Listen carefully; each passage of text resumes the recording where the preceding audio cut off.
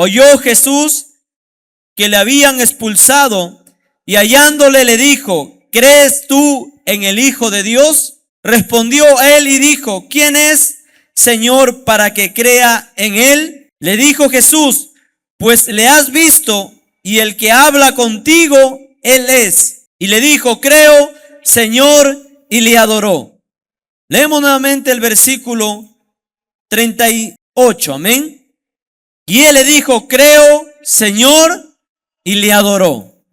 Amén. Queremos en esta noche hablar bajo el tema del milagro a la revelación de Jesucristo. La palabra nos habla, hermano, cuando comenzamos a leer la Escritura y estudiamos el capítulo anterior, vemos que Jesucristo estaba confrontando a los líderes religiosos acerca de la incredulidad que había en el pueblo, porque a pesar de ver las maravillas, a pesar de ver las señales que testificaban de que Jesús era el Mesías, de que Jesús era el Hijo de Dios, de que Jesús era el enviado, mucha gente no creía, endurecía su corazón a la manifestación de Jesús. Ignoraban la visitación de Dios por medio de Jesucristo. El pueblo tanto tiempo clamando por un Mesías, esperando por un Salvador, y cuando vino el Salvador, cuando vino el Mesías, cuando vino Cristo, en su propio pueblo comenzó, hermano, a ignorarlo, especialmente los líderes religiosos comenzaron a querer matarlo, a no creer en su mensaje.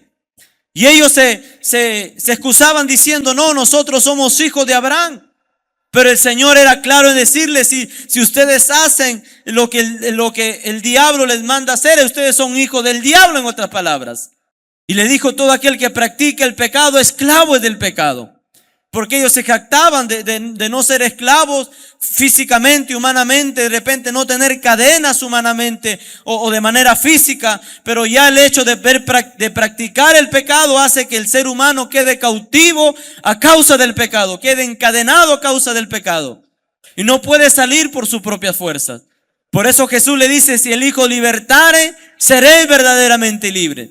Si el ser humano quiere experimentar verdadera libertad de la vida que está llevando, del luto, de las heridas, del resentimiento, del odio, de la amargura, hermano, del rechazo, de cuántas cosas el ser humano puede pasar, y en sus propias fuerzas no va a ser libre, pero a través de Cristo ya ha sido prometida esa libertad, porque dice la Escritura: conoceréis la verdad y seréis verdaderamente libres. Aleluya. Y la verdad es Jesús. ¿Cuánto le pueden dar un fuerte aplauso a Jesucristo bendito?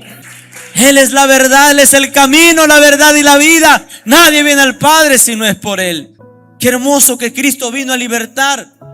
El pecado que hace, tú lo practicas, hermano, amigo, lo practicas una vez, otra vez.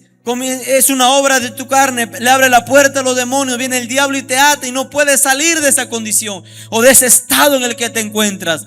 Pero para Cristo no hay nada imposible, porque Él viene y rescata, Él viene y te cambia, Él viene y te transforma. Aleluya. Y ese estado, hermano, amigo, de ese estado en que puedes estar. Por eso que cuando Adán y pecó, hubo vergüenza en vez de dignidad, hubo temor en vez de compañerismo, hubo separación en vez de relación. Pero cuando vino Cristo, vino a restaurar nuestra comunión con Dios. Por eso dice la Biblia: Dios reconciliando al mundo consigo mismo a través de Jesucristo. Así que si en esta noche tú has venido atado, si has venido oprimido, si has venido con tormentos, con odio en tu corazón, con opresiones del diablo, con sentimientos que contaminan tu espíritu, tu corazón, déjame decirte que aquí está en este lugar el Cristo que liberta, el que va a llevar tus cargas, el que va a romper tus cadenas. Porque si lo hizo hace más de 2000 años, Él lo sigue haciendo porque Él está vivo. Aleluya. Dale un fuerte aplauso al Jesús de Nazaret. Qué hermoso es Cristo. Y luego la Biblia nos narra después de esa confrontación que Él tiene, de esa verdad que Él habla. Pasa caminando por un lugar y encuentra un hombre que era ciego de nacimiento. Y los discípulos, curiosos, ¿verdad? Al ver esta persona en esa condición, y todavía encima era ciego de nacimiento. Y le preguntaron los discípulos si pecó él o pecó sus padres. Porque se creía ¿verdad? En el pueblo judío tenían ese pensamiento también de que si una persona estaba en esa condición de ceguera, en esa condición de enfermedad, es porque probablemente sus padres pecaron o aún él pecó siendo prácticamente estando en el vientre, en otras palabras.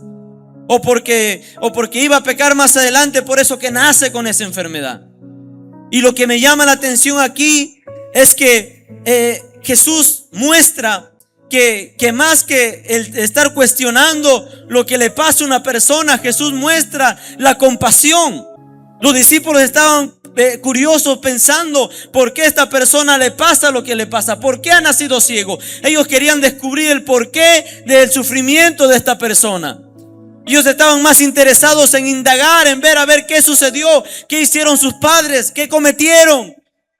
Pero Jesús les muestra, hermano, que no se trataba de que ellos comiencen a tener en su mente cuestionamientos o buscar la lógica de las cosas, sino mostrar compasión. Y eso nos hace una pregunta a nosotros: ¿qué estamos mostrando al mundo? Estamos mostrando una actitud de repente de querer saber el porqué de las cosas para juzgarlo, el porqué de las cosas para maltratarlos. ¿O estamos mostrando la compasión o el amor de Jesús? Jesús no se quedó para alimentar ese pensamiento de los discípulos. Jesús les muestra más que cualquier pensamiento, más que el estar buscando por curiosidad por qué le pasó. Cristo les muestra que realmente era la compasión lo que le movía a Cristo. Porque era un hombre ciego de nacimiento, hermano, era un hombre, amigo, que estaba prácticamente acostumbrado a la caridad del pueblo. Dependía de que alguien le pueda dar una limosna, le pueda bendecir de una u otra manera, proveer para su día a día. Él estaba acostumbrado a esa condición. Y en esa condición aparece Jesús. Y ni aún los discípulos, viendo su condición, no dijeron, uy, qué triste este caso, Jesucristo, ¿puedes ayudarlo? No. ¿Qué le dijeron? Señor, ¿quién pecó? ¿Pecó su padre? ¿Qué hizo su papá? Quisiera saber, a ver, me come la curiosidad. Quisiera saber con quién de repente pecó su papá o su mamá. Pero Jesús les dice, ¿qué le dice Jesús? No es que pecó ni sus padres, sino para que las obras de Dios se manifiesten en él. De una u otra manera, Dios lo había permitido para que en ese momento la obra de Dios se haga notoria. Otras versiones dicen, gloria al Señor, para que demuestre lo que Dios puede hacer, para que la obra de Dios se hiciera evidente. O sea, no todo lo malo que podemos estar pasando o hemos pasado en nuestra vida durante todo este tiempo, ya sea que no hemos conocido a Cristo o dentro de nuestra vida cristiana, tiene un propósito, hermano. Es para que ahí Dios pueda glorificarse. Porque a través de esa situación tú puedes cambiar tu vida, puedes ser transformado, puedes arrepentirte o puedes experimentar el milagro que Dios tiene para ti. Y él, lo que le había pasado era de niño, era prácticamente de nacimiento. ¿Cuántos años sufriendo esa condición? Y tú puedes decir, yo he nacido, o desde que yo he nacido lo único que he visto es sufrimiento, es maltrato. ¿Cuánta gente desde niño carga recuerdos de abusos, de menosprecio, de odio? O de repente hasta enfermedades que nacen desde que son niños, prácticamente nacen con una condición, nacen con una enfermedad. Pero aquí Dios nos muestra, hermano, que por más que el fondo sea oscuro, es ahí donde la luz va a brillar más. Donde se nota que si acá apagamos de repente una lámpara y luego la volvemos a encender, probablemente no todos noten la diferencia. Pero ¿qué pasa si todo está oscuro y solo enciendes una lámpara? La diferencia va a ser notoria. Y esto nos enseña, hermano, por más que lo que tú hayas pasado hasta el momento de hoy, hasta el día de hoy que vienes de repente por primera vez a esta iglesia y cargas con una vida de sufrimiento, cargas con una vida de pesar, de odio por lo que te pasó, por lo que te sucedió, por el maltrato, el engaño, aún por tus propios pecados, por las consecuencias que puedes estar pasando, viviendo. Déjame decirte que Dios quiere manifestar su poder en tu vida. Dios quiere demostrar que Él puede hacer con tu vida. Dios quiere demostrarte que lo que Él tiene el poder y la voluntad de hacer en aquellos que se rinden, en aquellos que abren su corazón para que el Cristo maravilloso entre a su vida. Aleluya. Y esto es poderoso. Jesús dice que mientras el día dure, Él tiene que hacer las obras que el Padre le envió, porque Él es la luz del mundo. Jesús es la luz del mundo, que viene a alumbrar la vida de los hombres que están en tinieblas. La vida de los hombres que, hermanos, sin Cristo es una vida gris, una vida desabrida, sin propósito. Una vida, hermano, de pecado, amigo. Una vida de engaños, una vida de solo superficialidad. De solo apariencias, una vida de que mientras más salgo, mientras más me divierto, el mundo piensa que soy feliz. Mientras más compro, mientras más tengo, el mundo piensa que soy feliz. Pero Cristo viene a alumbrar la vida de los hombres, a traer esa luz verdadera. Aleluya. Cristo viene a alumbrar tu corazón para hacerte ver tu pecado, para que lo perdone y para dar propósito a tu vida. Alabado sea el nombre de Jesús. Dios iba a darle propósito a este hombre. Dios era la luz del mundo que estaba pronto de alumbrar a la vida de este hombre. Y no solo físicamente, también de manera espiritual. Este hombre que vino ciego se encontró con la luz de Cristo. Este hombre que estaba ciego de nacimiento se encontró con el que era la luz del mundo y había sido enviado para alumbrar la vida de los hombres. ¿Cuántos pueden dar un fuerte aplauso al Rey? A Jesús, ese Cristo bendito y maravilloso. Aleluya. Y Jesús, ¿cómo muestra su compasión? Cristo dice en la Escritura que se acerca este hombre, gloria al Señor, y lo que llama la atención es la forma o el método que él usa. Porque agarra, escupe, mezcla la saliva con la tierra, forma lodo, le unta los ojos y le manda a lavarse. Anda y lávate, le dice. Gloria al Señor. En el estanque de Siloé. Y él, ¿qué hizo? Él fue, se lavó y regresó. Dicen que estos días probablemente se estaba celebrando la fiesta de los tabernáculos. Y el agua del Siloé que es usada era un agua consagrada que se usaba en aquella fiesta. Y me llama la atención, hermano, de cómo Jesucristo usa un método inusual, aunque en ese tiempo era conocida la saliva para ciertas prácticas, pero por sobre todo Cristo demostrando su autoridad y demostrando que Él no tiene límites para actuar, Él no tiene límites para obrar. Y el hermano destruye todo pensamiento que hasta en ese momento tenían los judíos. Aleluya, es poderoso, hermano, lo que Dios hace. El punto de contacto que Dios usa esta vez fue el barro. Lo que una vez usó para formar, ¿verdad?, al hombre del polvo y darle aliento de vida. Aleluya. Y dice la Escritura, hermano, que él va. Entonces él fue y se lavó y regresó viendo. Lo que me llama aquí digamos, me llama la atención otra cosa, es que Jesús, probablemente no vemos que haya tenido una conversación con Jesús. Y más adelante lo vamos a mencionar también. No vemos que él le pida ayuda a Jesús. No vemos que ningún familiar le trae al ciego a Jesús. Es más adelante tienen que ir a buscar a sus padres.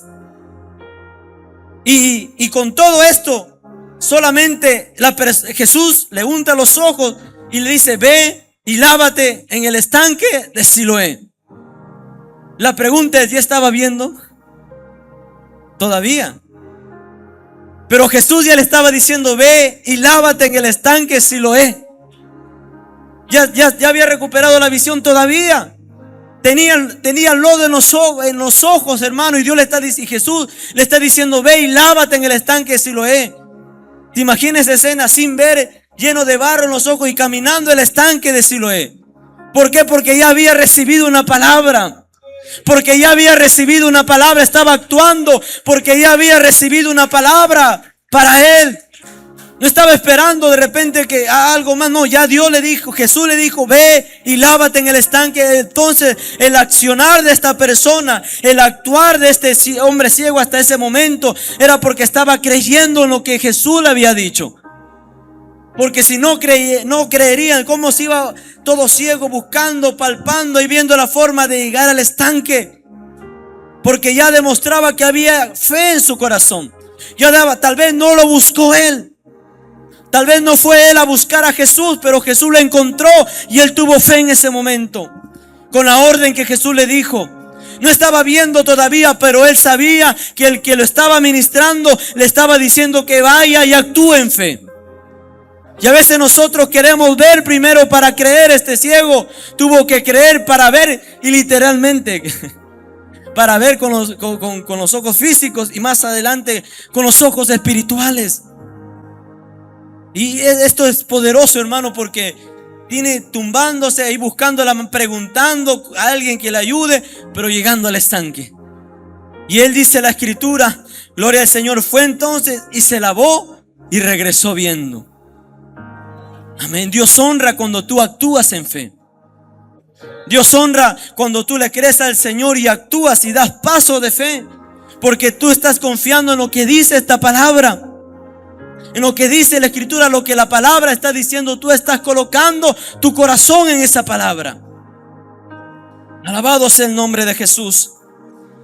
¿Y qué pasa, hermano? Cuando el hombre es sanado, comienza una serie de dificultades aquí. Y aquí, mientras estudiaba esta palabra, analizaba algunas cosas. Uno, el ciego de nacimiento no fue el que pidió sanidad. Jesús no le preguntó si quería ser sanado o si creía en él.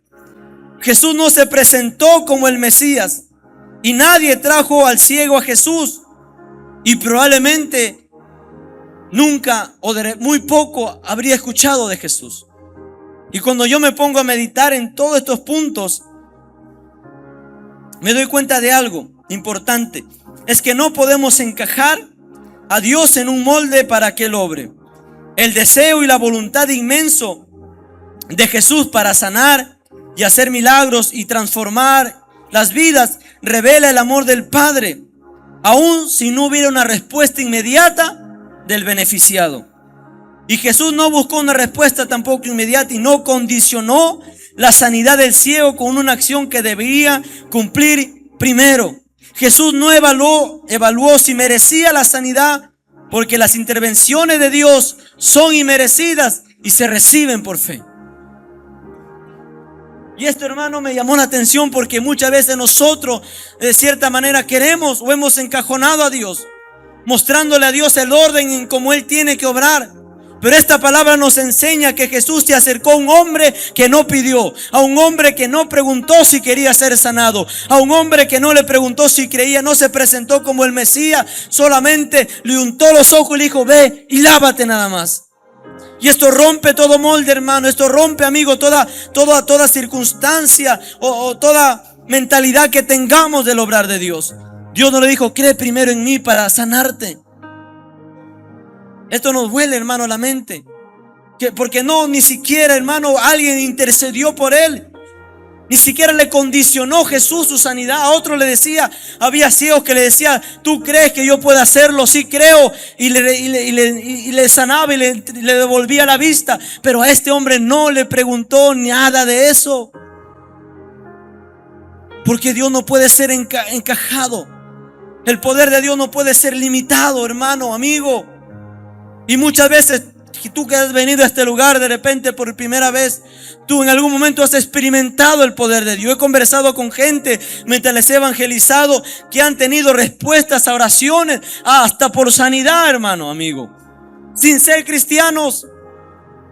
Respuesta. Hubo un taxista que me contó de que estaba en la cárcel y ahí, siendo inconverso, no era cristiano, pero se arrodilló y le dijo: Señor, sácame de la cárcel. Y en esa noche se pone a descansar y sueña que el otro día sale de la cárcel. Y cuando se levanta, sus amigos le dicen: ¿sabes qué? A los que estaban ahí con él en la celda le dicen: ¿sabes qué? Hoy voy a salir de la cárcel. No, pero tú estás loco. No, hoy voy a salir. Le dice: hermano, un inconverso con esa fe. Lo ganó. Que Dios le habló, pero no era cristiano. Le decía: Dios se está mostrando tu amor porque Él quiere revelarse a tu vida. Y cada intervención que usted y yo hemos tenido, aún sin ser cristianos, aún sin conocerlo, solo apuntan a algo, hermano: a que Cristo quiere revelarse a nosotros, a que Cristo quiere revelarse a nuestro espíritu y a nuestros corazones. Aleluya. Tú que has venido por primera vez, por segunda vez, ponte a meditar. ¿Qué has recibido y sin ser cristiano, y tú has dicho, pero ni siquiera soy cristiano y Dios me ha respondido, o creo en Dios porque estuve en una circunstancia, yo oré y Dios me respondió. Pero no, eso no es todo. Dios no quiere que te quedes con ese milagro. El tema era del milagro a la revelación de Jesús. Porque si bien es cierto, en el momento Jesús no le condicionó, no le reveló nada, pero ese fue el gancho para que él tenga un encuentro con Jesús. ¿Cuántos pueden dar un fuerte aplauso a Cristo? Aleluya. Ese fue el gancho, hermano. Ese fue el anzuelo para que él experimente que Dios es real, para que él experimente el poder y el amor de Dios en su vida, para que cuando Jesús se revele a su corazón, él puede decir: yo creo que Jesús es el Hijo de Dios. Aleluya. Dice, hermano, que cuando él fue sanado, ¿qué pasó con los líderes religiosos? Lo llevaron a interrogarlo. 3 veces lo interrogaron, porque no le creían. No le creían que había sido sanado. Y llamaron a sus padres. Llamen a sus padres. ¿Acaso este hombre nació ciego? Sí, nació ciego. Además, ¿qué le dijo? ¿Edad tiene? Pregúntale a él. ¿Edad tiene? Ya es un hombre, ya es mayor. Pregúntale a él. Porque tenían miedo. Porque en ese tiempo, una de las disciplinas que daban es que si alguien, como en este caso, creía en Jesús, podía ser expulsado de la sinagoga.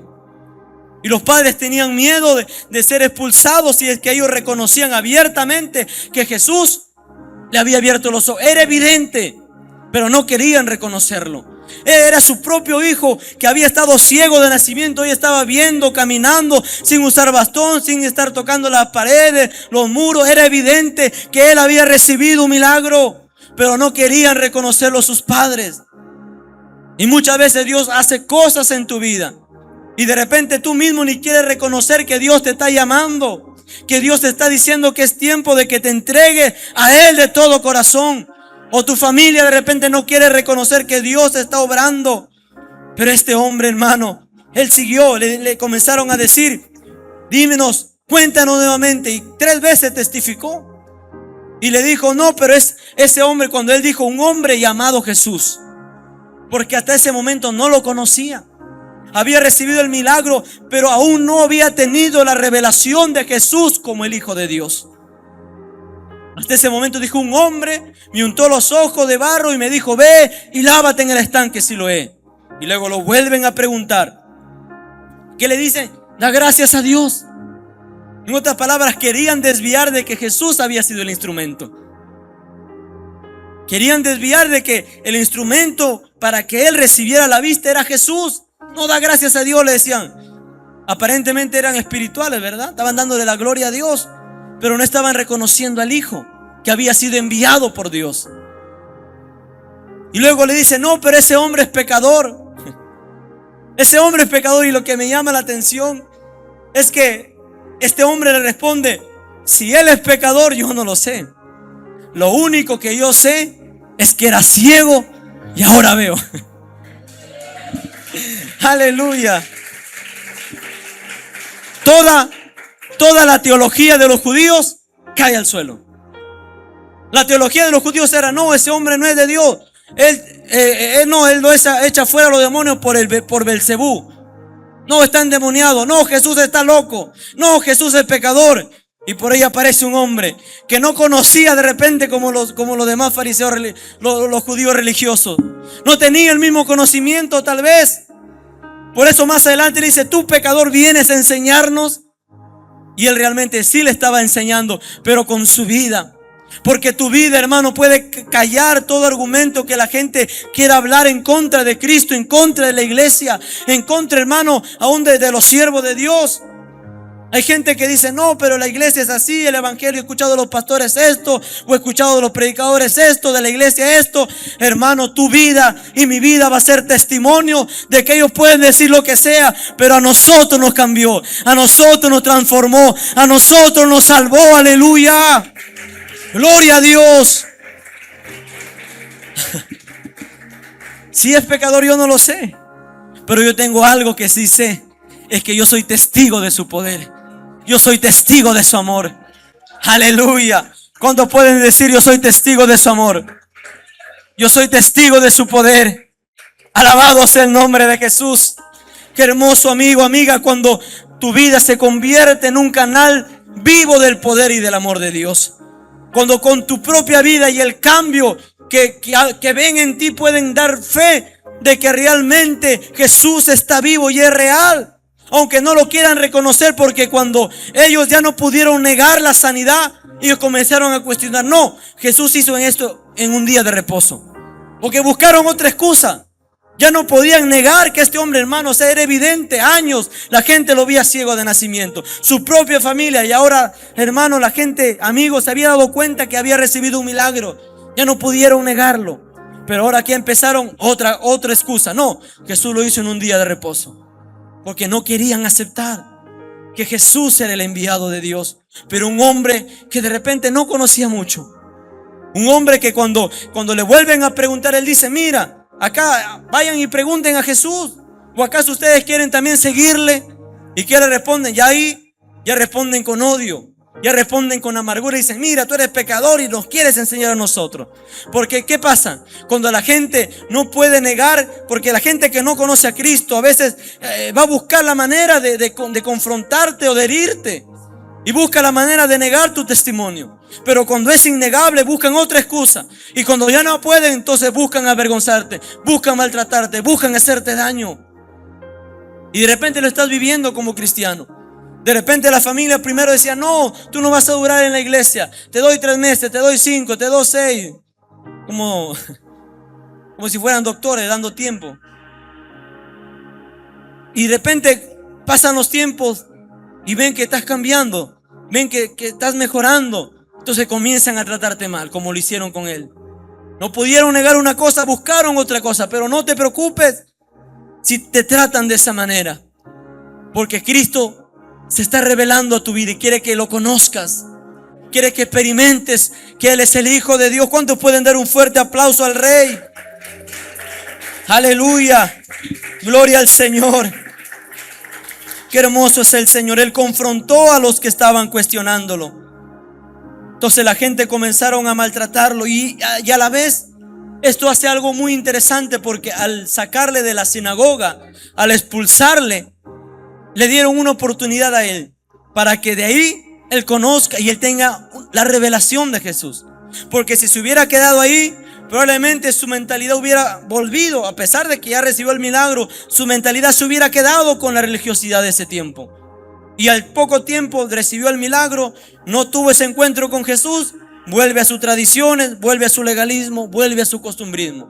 Pero el Dios permitirle que sea expulsado, le da un chance a él para que luego se encuentre con Jesús.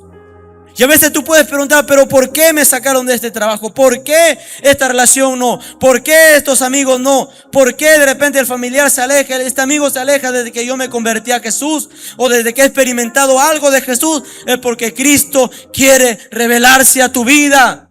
Alabado sea el nombre de Jesús. Él quiere que tú tengas un encuentro personal, directo con Él. Aleluya. Y más adelante él se encuentra, hermano, y oye Jesús que lo han expulsado. Oye Jesús que ese hombre que recibió el milagro, ahora lo expulsaron. Imagínense, Jesús estaba de repente esperando, ¿no? Ya le hice el milagro, le voy a dar a ver tiempo, le voy a dejar espacio, le voy a dar espacio, le voy a dar tiempo, y va a llegar un momento en que me voy a revelar a Él. Y Jesús escucha: le expulsaron, este es el momento. Y se acerca, y cuando le encuentra le dice: ¿crees tú en el Hijo de Dios? Alabado sea el nombre de Cristo. Porque Jesús, hermano, es el Hijo unigénito de Dios. Y el Hijo tiene una relación especial, un carácter único en su relación con el Padre, de manera singular y distinta a otro. Cristo era el enviado de Dios. Cristo era, hermano, el que había sido enviado para salvarnos a nosotros de nuestros pecados.